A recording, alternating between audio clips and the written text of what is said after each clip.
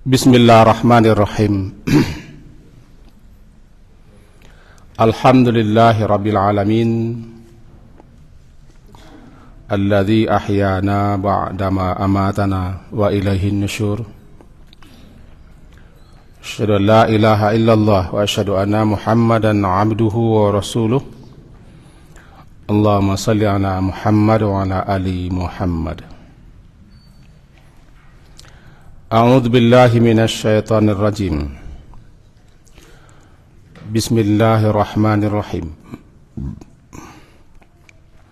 Idza waqa'atil waqi'ah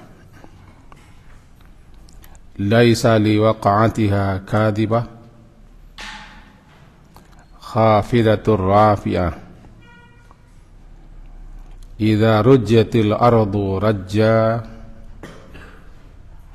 wa bussatil jibalu bassa fakanat haba'am mumbatha. Surat Al-Waqi'ah, surat yang ke-56, ayat 1 sampai ayat yang ke-6.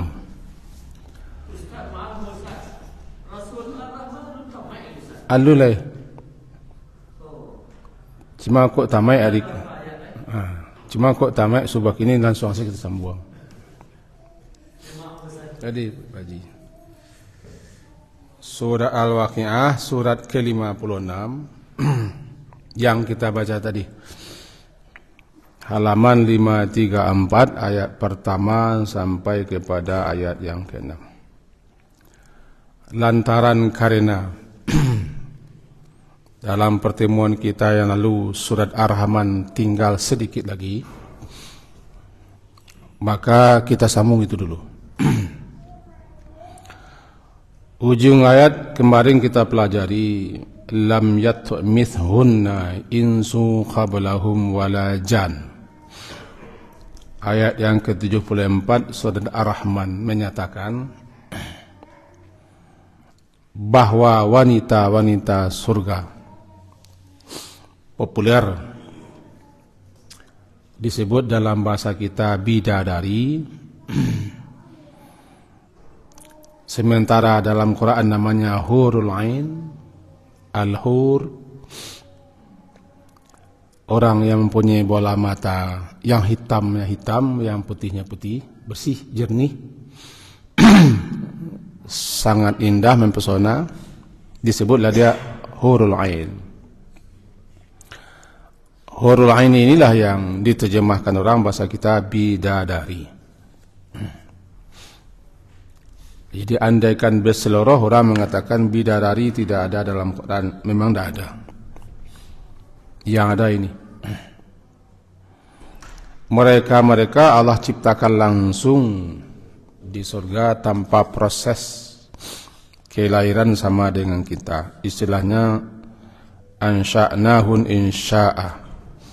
Kami jadikan langsung mereka di surga. Wanita-wanita inilah yang dimaksud dalam ayat ini. Lam yatmithunna, tidak yatmithunna, yatmithu. Asal katanya tamas, tamas itu darah atau keluarnya darah. Dipakai istilah ini untuk menyatakan perempuan-perempuan surga itu mereka dipingit dan mereka hanya dispesialkan untuk laki-laki saleh, laki-laki mukmin yang saleh yang masuk ke sana. Digambarkan mereka tidak satu pun yang pernah menyentuh dan melihatnya sebelum itu. Kata-kata yatmithu ya berhubungan sampai keluar darah, namanya dia masih suci, baik manusia ataupun jin. Juga ayat ini menjadi dalil jin juga masuk surga sama dengan kita, tapi bagaimana hal keadaannya nanti kita tidak tahu. Sama dengan sebelumnya, fabi ai ala'i rabbikum tukadziban, kita tidak akan kembali menjelaskan. Nah, muttaqiina ala rafrafin. Kan ikut bajina selaya.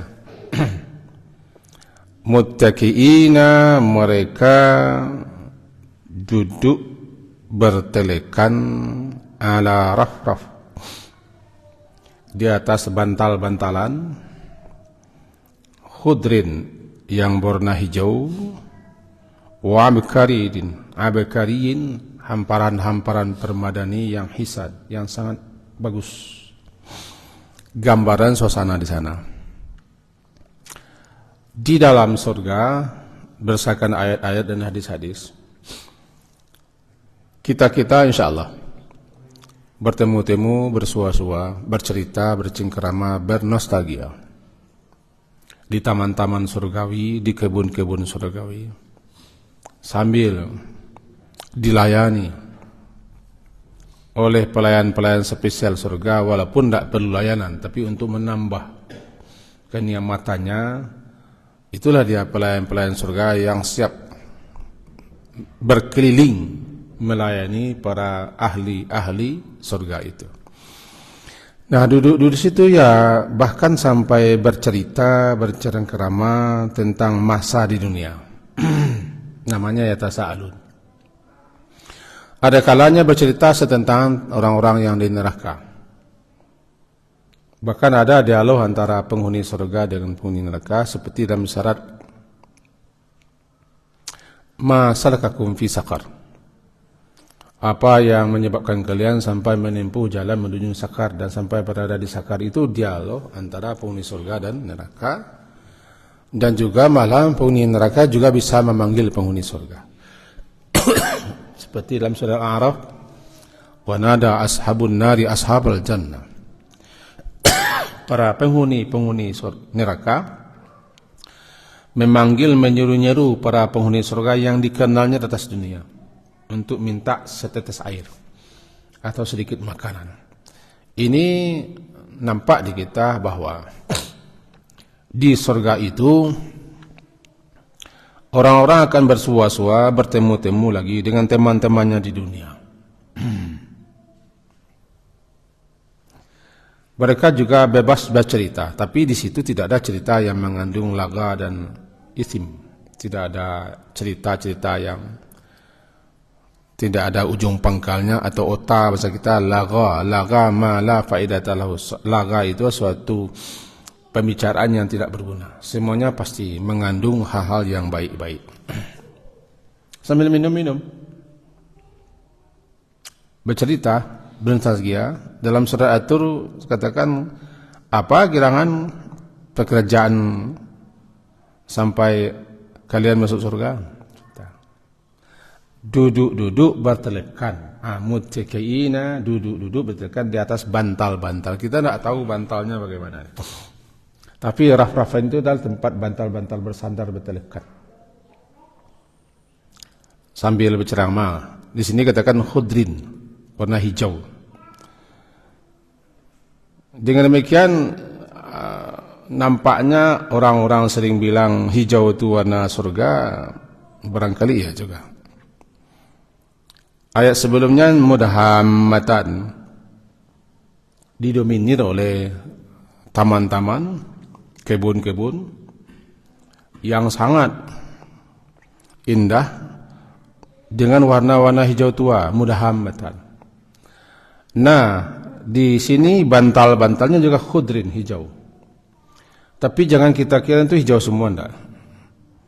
Cuman hijau itu yang menyejukkan.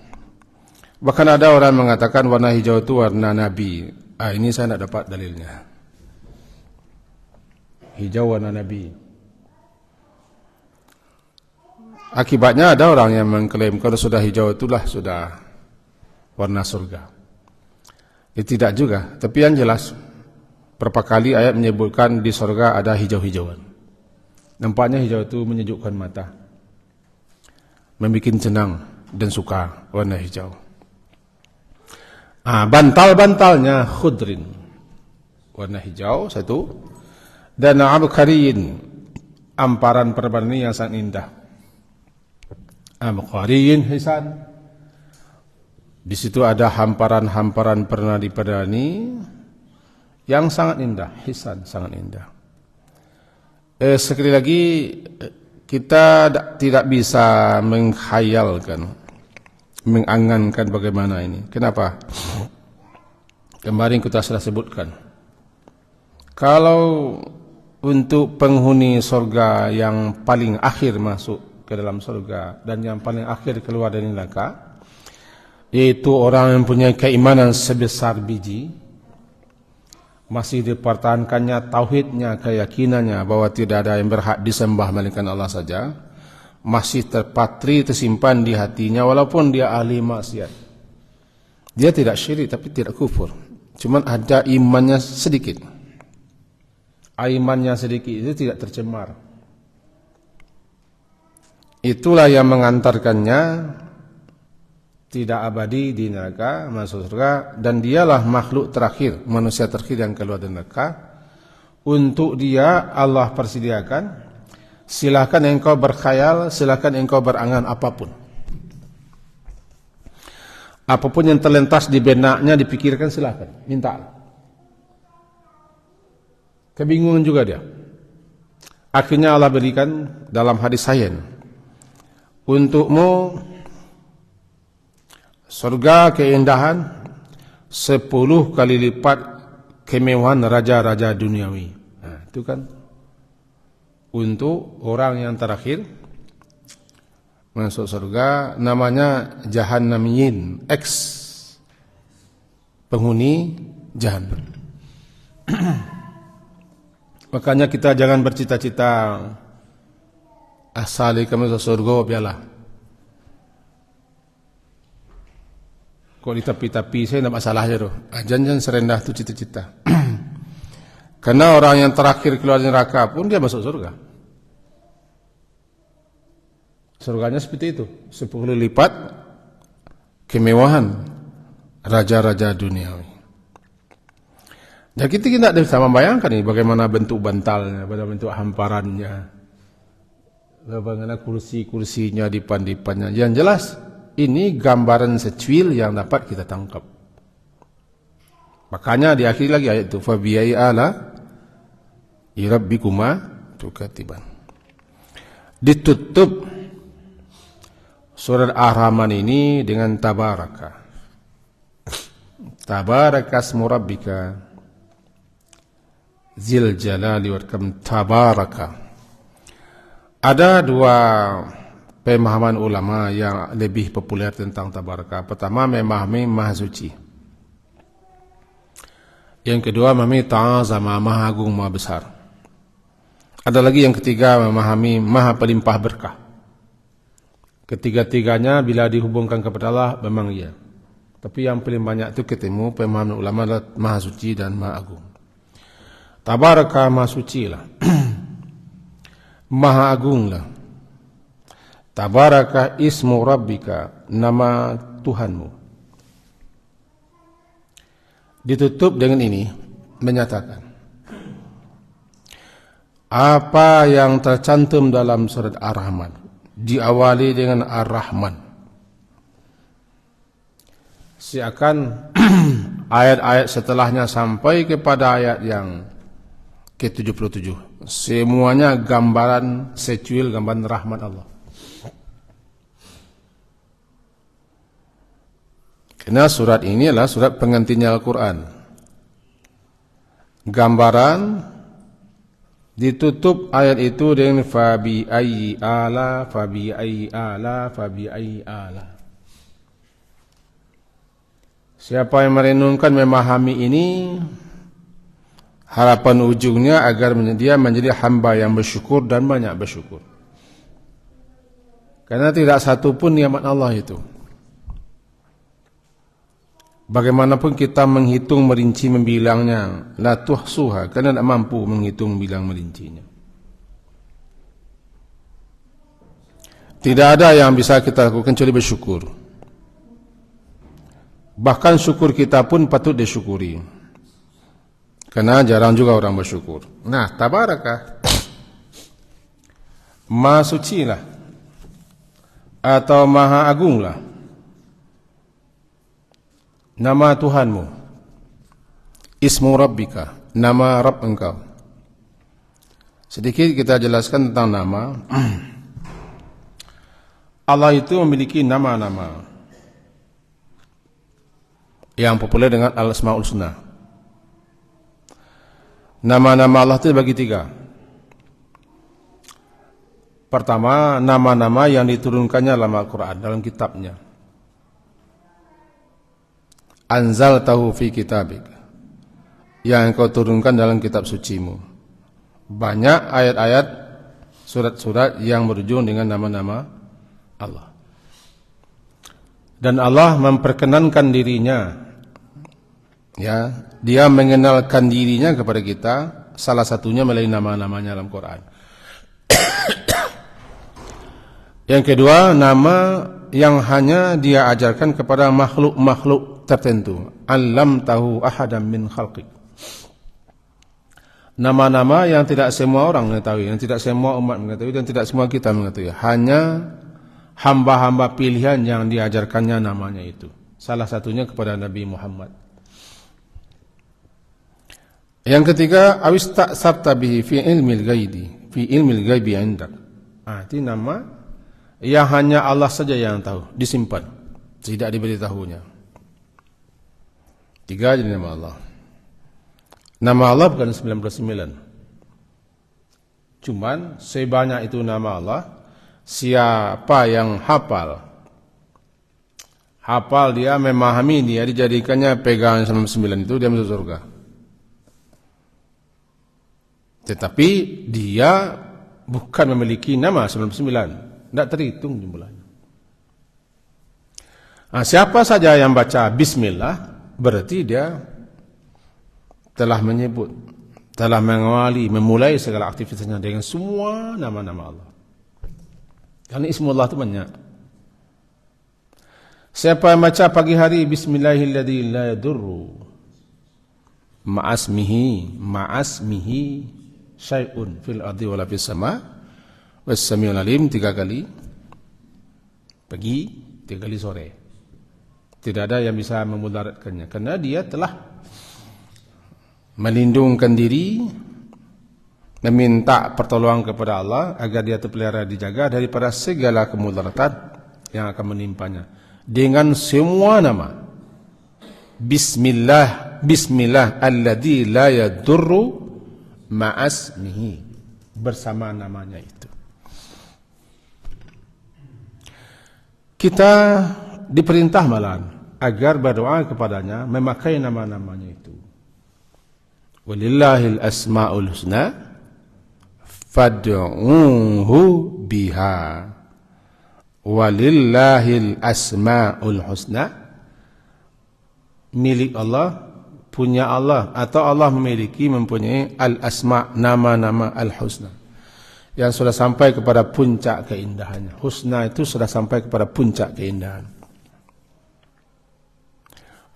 Maka oleh sebab itu ud'uuhu, maka berdoalah kamu, memintalah kamu, memohonlah kamu kepadanya Allah yang memiliki nama-nama itu, biha, dengan mempergunakannya nama-nama itu.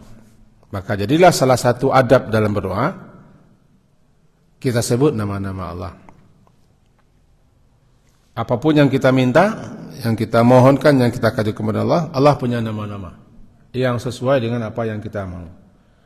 Secara tidak langsung kita dituntut untuk mengetahui, bukan hanya menghafal, mengetahui apa makna nama-nama itu, sehingga kita meminta kepada Allah melalui nama-nama itu. Nah, semua nama-nama Allah, semua nama-nama Al-Husna. Sekarang dikatakan sini tabarakasmu rabbika, maha sucilah nama Tuhanmu. Maha sucilah nama Tuhanmu. Ada juga ulama memahami yang dituju bukan nama, tapi pemilik nama. Ada ulama kita yang memahami dalam kitab-kitab mereka, salah satunya dalam kitab yang sama, maha sucilah nama Tuhanmu, yang dimaksud bukan namanya, tapi adalah Tuhan engkau ya Muhammad yang memiliki nama-nama. Maha suci daripada segala kekurangan, aib, cacat, celah, hal-hal yang tidak patut, yang tidak pantas. Karena dia Maha Agung. Dua itu maksud tabaraka yang paling populer. Maha suci, Maha Agung. Zil Jalal, Zil Jalal wal Ikram. Zi, pemilik yang punya Jalal. Jalal, Jalil. Kita sering membacanya atau mendengar. Allah Azza wa Jalla, Azza wa Jalla, Jalla. Jalal nanti Jalil, Jalal. Dalam nama-nama asma Allah dibuat orang sering Allah Jalla Jalaluh. Allah Jalla Jalaluh. Jalla itu menunjukkan kebesaran sesuatu. Besarnya sesuatu.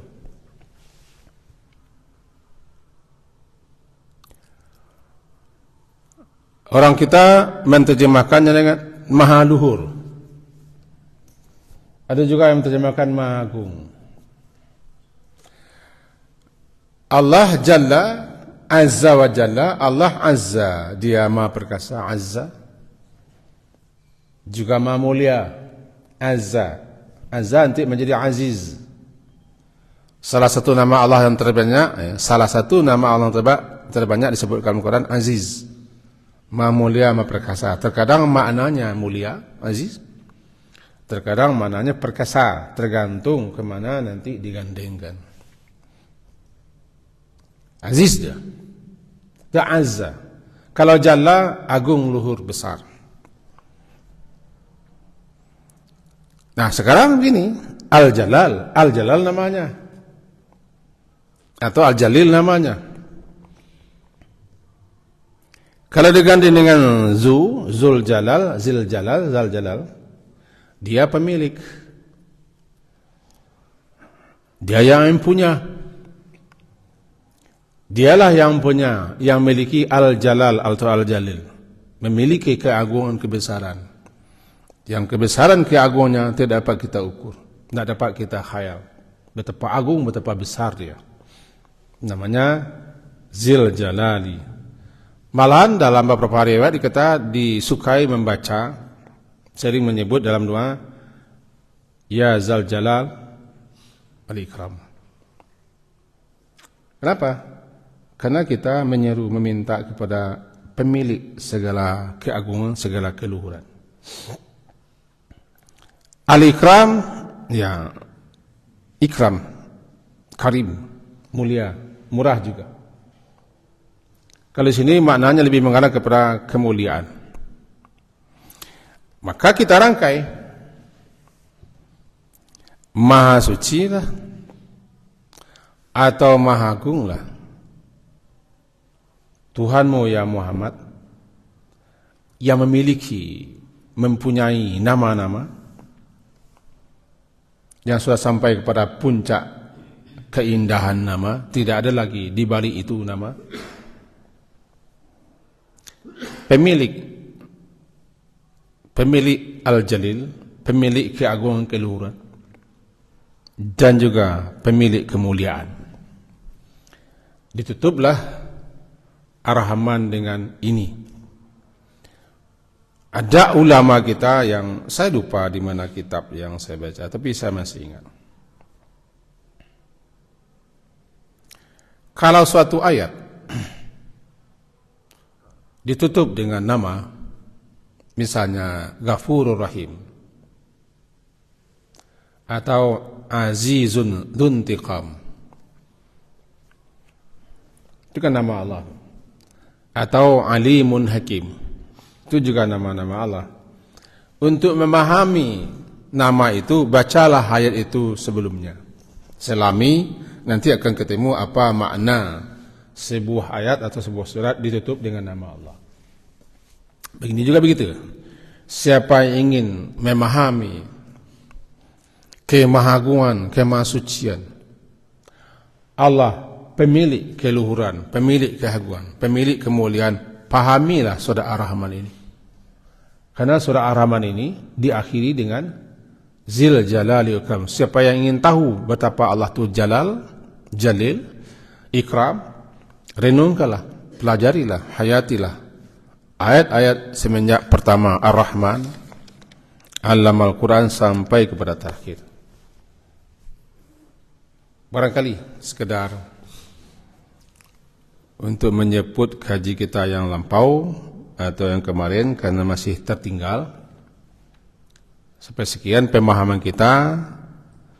Mudah-mudahan kita telah berusaha memahaminya sesuai dengan apa yang disebut dijelaskan oleh para ulama-ulama tafsir. Yang kita lihat, kita pelajari, mudah-mudahan kita tidak salah dalam memahami ayat-ayat Allah.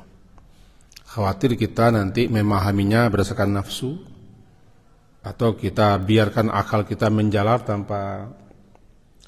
tanpa dikendalikan, khawatir kita. Makanya kita atau saya pribadi selalu melihat, menengok. Di samping belajar dulu kepada ulama-ulama, selalu melihat, mempelajari beberapa kitab-kitab tafsir.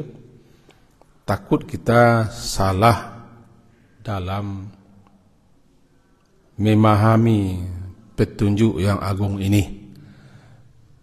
Mudah-mudahan dengan tamatnya surah Ar-Rahman, kita minta ampun kepada Allah, andaikan keliru, khilaf dan salah menyelami samudra kandungan surah Ar-Rahman ini, dan mudah-mudahan kita diberi oleh Allah rahmatnya yang meliputi, mencakup, menjangkau segala yang ada. Lebih-lebih rahmat khususnya karena dia mempunyai 100 rahmat, yang 99 ditahannya, yang satu diturunkannya. Dengannya satu itulah kita hidup. Semua makhluk hidup dengan satu itulah dia hidup. Dia bergaul, dia saling menyayangi, saling mencintai. Dengan yang satu itu tergambar rahmat Allah yang satu diturunkannya itu. Seekor induk binatang hewan mengangkat kakinya karena takut anaknya terpijak. Itu gambaran rahmat yang Allah turunkan ke dunia. Tinggal 99. Kata sebagian ulama, yang 99 itu nanti di akhirat. Yang satu sekarang saya tidak habis-habis. Untuk itu janganlah tertipu, terpedaya dengan yang satu ini, lupa kita dengan 99. Barangkali itu yang dapat kita pahami. Kita lanjutkan kepada surat Al-Waqiah yang tadi telah kita awali membacanya. Surat ini disebut dengan Al-Waqiah. Bahkan Al-Waqiah itu salah satu ismun min asma, salah satu nama daripada nama-nama hari kiamat atau hari akhirat. Saya pernah menyusun suatu tulisan dari berbagai macam kitab-kitab lah, dibukukan. Saya pelajari, saya pahami, rupanya nama-nama hari kiamat itu sangat banyak sekali. Juga nama-nama hari akhirat banyak sekali. Tidak kurang pada 100 nama. Bahkan kalau digabung nama kiamat dengan nama hari akhirat bisa mencapai kurang 200-an nama-nama. Nah, salah satu daripada nama-nama hari kiamat itu namanya Al-Waqiah. Al-Waqiah adalah yang pasti terjadi. Dan kenyataannya pasti itu. Dikatakan hari kiamat itu Al-Waqiah karena begitu pastinya apa yang telah ditetapkan Allah terjadi. Ya, dikatakan di sini tidak ada satupun yang mendustakan kejadiannya. Siapapun makhluk manusia rasanya tidak ada yang mengingkari kepastian kiamat. Dua yang pasti. Kepastian yang pertama mati. Dan yang pertama ini tidak ada yang memungkirinya, tidak ada yang menentangnya, tidak ada yang tidak percaya. Siapapun manusia, walaupun dia anti Tuhan, tapi tetap dia yakin pasti mati. Cuman pasti kiamat, pasti hidup kembali, ini yang banyak orang ragu. Dua tu bagi orang mukmin, dua ini pasti ini. Kematian dan kiamat. Bahkan kematian itu kiamat kecil. Sudah datang kiamatnya, kiamat kecil. Yang kedua kiamat. Malahan sekarang ustaz-ustaz kita sebagian malahan banyak atau seringkali di mana-mana ceramah menyebutkan tentang tanda-tanda kiamat. Sehingga beliau-beliau populerlah namanya Ustaz akhir kiamat. Ustaz akhir zaman. Saya rasa siapapun yang berada di akhir zaman semuanya Ustaz akhir zaman, Buya akhir zaman, Guru akhir zaman, penceramah akhir zaman. Itu pendapat saya saja, jangan dimasukkan ke hati. Jadi kembali, salah satu nama daripada nama-nama hari kiamat Al-Waqiah, karena pastinya. Sebab makna daripada sekian banyak Al-Waqiah itu yang pasti terjadi, atau peristiwa yang pasti terjadi. Surat ini bisa nanti dirujuk kepada tafsir Ibnu Katsir dan tafsir-tafsir lainnya, bahwa di antara keistimewaannya wallahu a'lam itu siapa yang rajin membaca, apalagi hafal, lebih-lebih memahaminya, dan terutama lagi jika dijadikannya pegang hidup, tidak akan ditimpa dia oleh kemiskinan kemelaratan selama-lamanya. Dulu bisa rujuk ya kitab tafsir Ibnu Katsir jilid 4 ya, ketika mengupas ini. Saya bahasa kita kesada ringkas. Ibnu Mas'ud salah seorang sahabat Nabi yang beliau sangat terkenal, Ibnu Mas'ud. Ketika beliau sakit yang mengantarkannya kepada meninggal atau wafat, beliau dijenguk oleh salah seorang sahabat yang terkenal, Utsman bin Affan, khalifah yang ketiga. Menanyakan, "Ma tashtaki?" Apa yang kau keluhkan? Jawabannya, "Dzunubi," dosaku. Rupanya sahabat itu sakit bukan mengeluhkan sakitnya. Sakitnya yang dikeluhkannya adalah dosa-dosanya. Bahkan bisa jadi dikatakan mereka sakit lantaran memikirkan dosa. Berbeda lah dengan saya dan kita semua.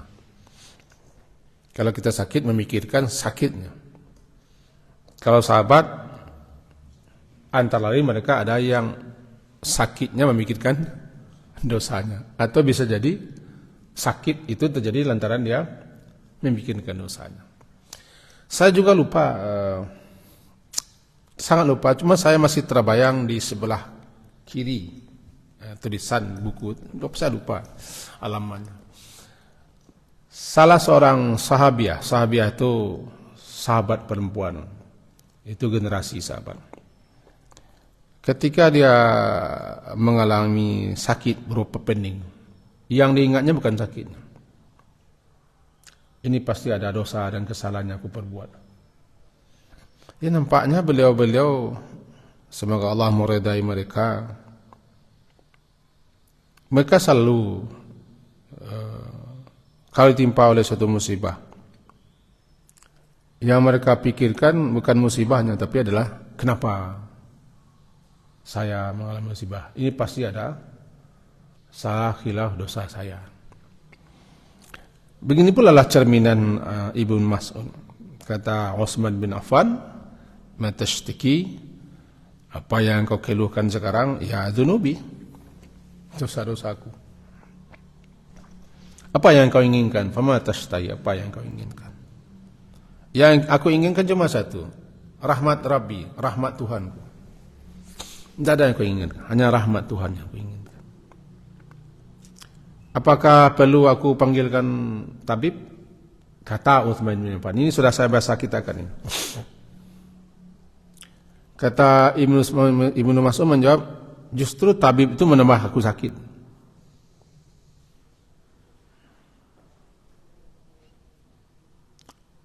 Dipanggil tabib, dokter, menambah penyakitku saja.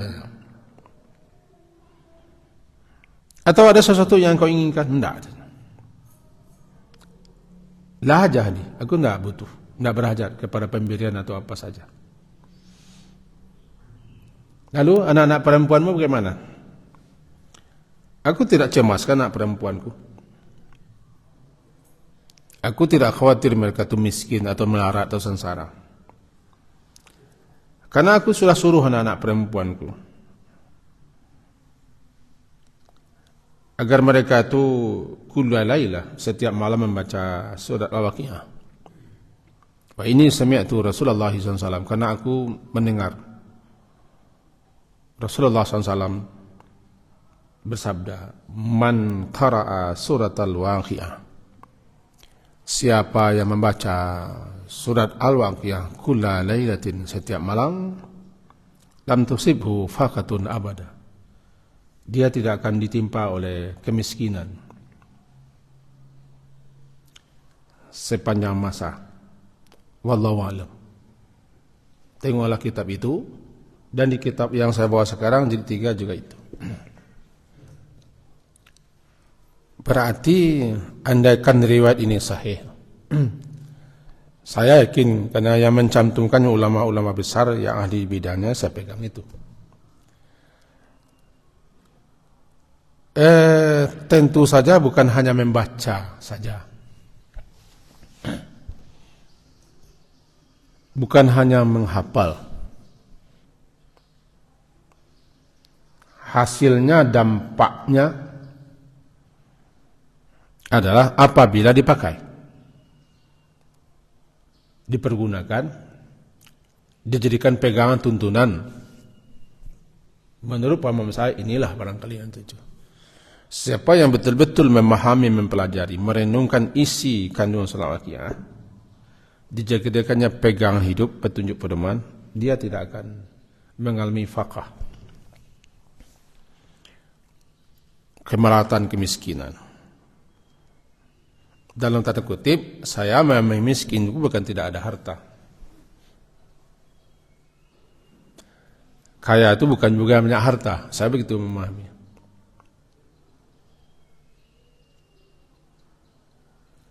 Tidak pernah merasa miskin, merasa cukup.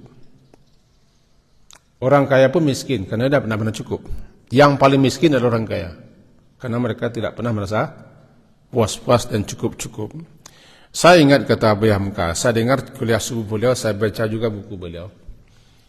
Salah satu buku yang populer tasawuf modern, saya hobi membaca, hampir semua buku Abu Hamka sudah saya baca. Di tasawuf modern, kata beliau, orang yang kaya itu adalah orang yang tidak banyak kehendaknya, katanya. Makin banyak kehendak seseorang, dia makin miskin. Makin banyak kita memerlukan, membutuhkan orang lain, kita makin tergantung dengan orang lain. Jadi itunya. Jadi memahami dia tidak akan miskin selama-lamanya dalam tanda kutip seperti itu. Ini paling tidak ini mendorong kita, memicu kita, memotivasi kita. Jadikanlah surat Waqiah ini dipegang hidup. Kenapa? Karena gambarannya begini. Surat ini saja sudah menjelaskan kita sesuatu yang pasti terjadi, yang bakal akan terjadi. Dia bicara tentang pokok-pokok, inti-inti pegangan kita. Pertama, surat ini mengingatkan kita kepada sesuatu yang ada di depan kita. Itu makin dekat. Kullu ma'atin qarib. Segala sesuatu yang akan tiba, akan datang, pasti dekat. Apa yang dekat? Mati satu, kiamat satu. Orang apabila telah terpus, telah terarah pikirannya kepada hari akhirat, dia lebih banyak merenungkan itu daripada dunia. Bukan berarti mengabaikan, meninggalkan, melecehkan dunia, tidak. Karena yang tujuannya adalah kesenangan, kebahagiaan, hasanah di akhirat dibanding hasanah dunia. Sebab orang apabila fokus kepada sesuatu, pasti dia abai dengan yang lain. Nah, surah Al-Qiyamah ada bicara tentang akhirat. Digambarkan nanti orang tiga kelompok besar. Tiga kelompok besar, as-sabiqun, ashabul yamin, ashabul shimal. Kelompok yang pertama nama as-sabiqun atau al-muqarrabun, orang yang paling terdepan dalam melaksanakan pendekatan dirinya kepada Allah, ketaatan, ibadah, amal saleh. Kemudian golongan kanan, golongan kiri. Nanti surah Al-Qiyamah juga diakhiri bagaimana akhir kehidupan tiga golongan ini. Nampaknya manusia dibagi tiga golongan ini saja. Golongan pertama as-sabiqun as-sabiqun. Nanti kita jelaskan kalau sudah ada waktunya. Orang yang paling terdepan, yang paling dahulu sabik. Juga nanti paling terdepan, paling dahulu mendapat rahmat Allah. Mendapat ganjaran Allah, balasan Allah. Juga paling dahulu masuk surga. Makanya as-sabik ini disebut dengan al-muqarrabun. As-sabik, orang yang paling depan, yang pemenang, as-sabik. As-sabiqun as-sabiqun.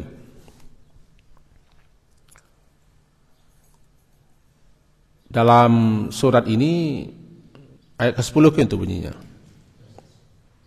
Orang sabik ini adalah orang-orang yang selalu mendekat kepada Allah. Namanya muqarrabun. Orang yang didekatkan posisi kedudukannya kepada Allah. Karena mereka senantiasa mendekat kepada Allah dengan bertakarub. Mereka lah orang yang sabik, pemenang. Itu satu. Bagaimana akhir kesudahan hidup orang ini digambarkan di akhir surat. Amma in kana minal muqarrabin farahu wa raihan wa jannatun na'im. Lalu kelompok kedua yang populer dengan ashabul yamin atau ashabul maimanah. Dikatakan dia golongan kanan. Kanan itu kan gambaran kebaikan. Dan Nabi SAW menakjubkan sekali, mempesona sekali. Beliau selalu mendahulukan yang kanan-kanan untuk yang baik-baik. Lama-lama populer lah. Kanan itu untuk yang baik-baik. Dan golongan kanan adalah golongan yang baik-baik. Yang banyak berbuat baik, kebajikan. Kenapa golongan kanan? Di satu saat golongan kanan ini juga namanya abrar. Golongan kedua, golongan selamat. Jangan menjadi golongan ketiga. Golongan kiri, nama si kiri. Kalau bahasa kita di Sumatera Barat, orang kida. Kida itu buruk. Cari tuang ke kida, kida buruk. Cuman kida itu kini lah hamun dah orang tahu. Ke kida. Kemana ke kida aku? Nak tahu mek. Kida kiri kidal buruk. Karena Nabi mempergunakan yang kiri ini untuk hal-hal yang tidak bagus-bagus. Bukan kiri yang salah, tapi diperuntukkan yang itu. Sehingga orang-orang yang hidupnya didominir dengan kekida-kidaan, kekiri-kirian, kejahatan, keburukan, kejelekan, maksiat. Maka dia tercatat menjadi ashabul shimal atau ashabul masy'amah. Dan juga kitab catatannya nanti diberikan daripada sebelah kiri. Fa man utiya kitabahu bishimali. Maka golongan kiri adalah golongan celaka. Dua selamat, satu celaka. Tidak bisa menjadi orang muqarrabun, menjadi ashabul yamin atau ashabul maimanah. Tiga kelompok besar ini dalam beberapa penjelasan ulama tafsir, bahkan tafsiran terkenal Ibnu Katsir juga beliau mengarang kitab lain. Beliau jelaskan di situ bahwa nanti posisi di mahsyar itu juga dibagi tiga kelompok besar. Di hadapan pengadilan Allah tiga kelompok besar. Satu di hadapan, dua di kanan, yang ketiga di kiri. Maka kelompok ketiga inilah nanti yang disuruh berpisah wamtazul yauma ayyuhal mujrimun. Kalian berpisah. Surat Yasin ya. Surat Yasin. Kalian berpisah, hai golongan kiri. Orang akan menuju surga sana. Kalian ke sana. Jadi nampaknya gambaran surat ini jelas. Jelas kita mau memilih masuk kelompok golongan mana. Sekarang ketentuannya. Dan kita jika memilih kelompok ini berarti kita akan mengakhiri hidup sesuai dengan pilihan kelompok kita. Tentu kita harus berdoa, meminta, memohon, berharap pada Allah di samping berusaha. Kata kitab apa? Faidul Qadir ya, Syarah Jamil Saghir oleh Al-Manawi, bahwa seseorang akan mati sesuai dengan kebiasaannya. Lalu siapa yang membiasakan diri dengan kelompok-kelompok yang baik, namanya WA yang baik, enggak aja WA baik, grup-grup yang baik, teman-teman yang baik, kelompok-kelompok yang baik, dan biasa berada di tengah-tengah yang baik, ya besar sekali harapan dia akan mati, akan meninggalkan dunia dengan kebiasaannya baik, berada tempatnya baik. Akhirilah hayat kita dengan yang baik, supaya paling tidak kepada kita nanti diucapkan salamun laka min ashabil yamin. Salam selamat untukmu wahai golongan kanan ketika mati. Diawali dengan membicarakan 3 kelompok besar ini nanti di hari kiamat, ketika terjadi idza rujjatil ardu rajja wa bussatil jibalu bassa fakanat haba'um batha wa kuntum azwajan thalatha. 3 kelompok. As-sabiqun, ashabul maimanah, ashabul masy'amah.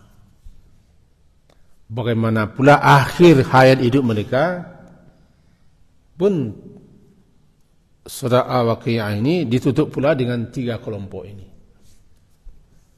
Kalau kepada kelompok as-sabiqun atau al-muqarrabun, ya rauhun wa raihan wa jannatun na'im dikatakan kepada mereka. Kalau kelompok ashabul mayamanah atau ashabul yamin dikatakan mereka salamun laka min ashabil yamin. Kalau kelompok yang ketiga, kelompok yang celaka, kelompok kiri, golongan kiri, dibilang kepada mereka fanuzulum min hamim. Hidanganmu, suguhanmu sudah disediakan air yang sangat panas, wa tasliyatu jahim. Engkau atau kalian akan masuk ke dalam neraka yang bergejolak. Ini kan gambaran. Mudah-mudahan pengantar ini ya, pengantar. Kita agak antusias mempelajari isi kandungan Al-Waqi'ah. Karena saya memahami begini, bahwa kita tidak tahu betapa hebatnya sesuatu, betapa luar biasanya sesuatu itu kalau kita tidak pernah mempergunakannya, memakainya. Orang tidak akan tahu dengan ketajaman pedangnya kalau dia tidak pernah pakai pedang itu. Saya bawakan istilah itu kepada Quran. Orang tidak akan dapat menikmati petunjuknya, cahayanya. Bahkan Quran itu turunkan untuk itu kan, hudan lil muttaqin, hudan linnas. Kalau dia tidak pernah pelajari, mentadaburi, mengamalkan, lalu mengajarkan, dia tidak akan sampai kepada sasaran atau tujuan Al-Quran diturunkan. Membaca saja, ya kalau mencari pahala berpahala, masa tidak berpahala? 1 huruf sudah 10, alif lam mim 30, kan 3 huruf. Kalau hanya pahala, ya innamal a'malu bin niat wa innamal likulli imri'in ma nawa. Berhentilah membaca Quran itu hanya sekadar untuk cari pahala. Terlalu kecil tujuan Al-Quran diturunkan. Jangan membaca Quran hanya sekadar mencari pahala. Karena tujuan Quran diturunkan bukan untuk bacalah supaya dapat pahala, enggak. Kita diajari Quran untuk mengenal siapa pencipta kita. Ayat pertama diturunkan kan Iqra bismi rabbikal ladzi khalaq, mengenalkan kita kepada pencipta kita, sekaligus untuk apa kita cipta. Jadi begitu juga al-waqiah. Al-waqiah nggak akan terasa betapa luar biasa isinya sampai Ibnu Mas'ud mengajarkan surat ini kepada anak-anaknya. Saya tidak takut anak saya miskin. Kepada mereka telah saya wariskan, telah tinggalkan warisan yang berharga, yaitu surat Al-Waqiah. Mudah-mudahan kita sebelum mewariskan, kita pewarisnya dulu. Setelah kita mati nanti diwariskan. Sampaikan ini kepada anak-anak, kepada keluarga. Saya sudah sampaikan pagi hari ini kepada istri saya dia. Ini saya wasiatkan, hafallah, pahamilah, dan bilang sama anak-anak, ini warisan. Kalau kalian takut miskin, baca surah Al-Waqiah, pahami, pelajari. Miskin bukan dalam artian pemahaman orang materi. Miskin jiwalah. Menjadi kaya jiwalah. Laisal ghina ghinal mal, walakinnal ghina ghinan nafs. Menjadi orang yang kaya jiwanya. Saya rasa itu pengantar atau pembuka. Semoga ada berfaedah dan manfaat untuk saya dan kita semua. Diakhiri dengan subhanakallahumma bihamdika asyhadu an la ilaha illa anta astaghfiruka wa atubu ilaik. Sallallahu ala Muhammadin wa ala alihi wa ashabihi ajma'in. Alhamdulillah. Assalamualaikum warahmatullahi wabarakatuh.